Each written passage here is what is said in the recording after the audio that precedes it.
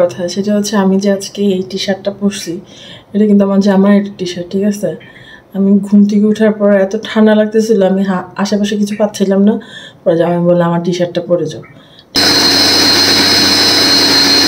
জামাই যখন মধ্যরাতে গরুর মাংস খেতে চায় তখন বউ হিসেবে আমার কি করণীয় থাকে বলো তো? এই চোখ মুছতে মুছতে আমি চলে এলাম আমার রান্নাঘরে। হ্যালো এভরিওয়ান, আসসালামু আলাইকুম। কেমন আছে সবাই? এখন বাজে রাত্রি 3:31 অ্যান্ড আমাদের অদ্ভুত কর্মকাণ্ড শুরু হয়ে গেছে।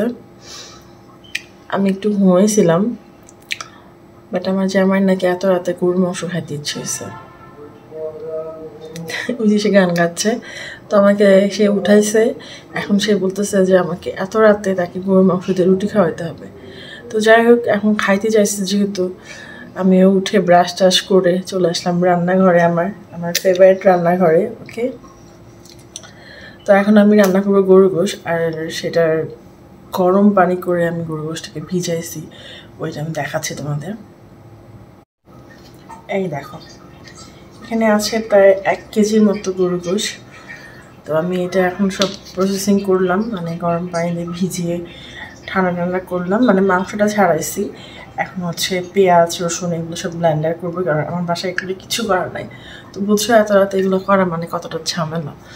তো যাই হোক, এখন আমি স্টার্ট করবো একটা একটা করে, তোমার দেখাচ্ছি সবই।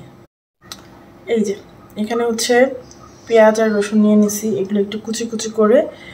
তারপর জামাইয়ের জন্য অনেক কিছু করতে হয়, হ্যাঁ লাইফে।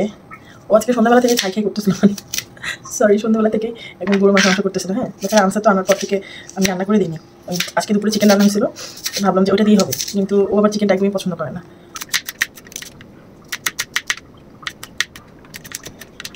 তো গোশ রান্না করার জন্য আমি প্রথমে পেঁয়াজগুলো কুচি কুচি করে কেটে নিলাম। এরপর হচ্ছে ব্লেন্ডারে আমি রসুন পেঁয়াজ অ্যান্ড কিছু কাঁচামরিচ একসাথে ব্লেন্ড করে নেব,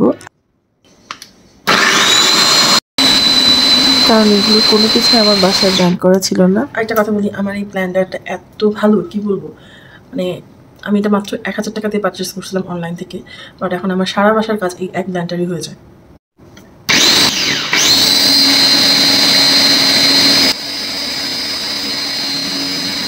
আমার পেঁয়াজ রসুন কাঁচামরিচ একদম ব্লেন্ড করা শেষ। এখন শুধু আমি আদাটা এক্সট্রা করে নিই, কারণ এটা আমি এই মিক্সারটা আমি যে কোনো অন্য কোনো তরকারির মধ্যে ইউজ করতে পারবো, কিন্তু আমি যদি এটা আদা দিয়ে দিই, অনেক সময় মাছের মধ্যে আদা দেওয়া খেতে ভালো লাগে, এই জন্য আমি এটা দিলাম না। ঠিক আছে, আদাটা আমি আলাদা ব্লেন্ড করে নিচ্ছি।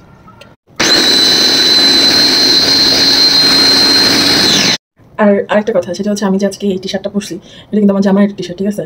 আমি ঘুম থেকে ওঠার পর এত ঠান্ডা লাগতেছিল, আমি আশেপাশে কিছু পাচ্ছিলাম না। পরে জামাই বললাম আমার টি শার্টটা পরে যাও।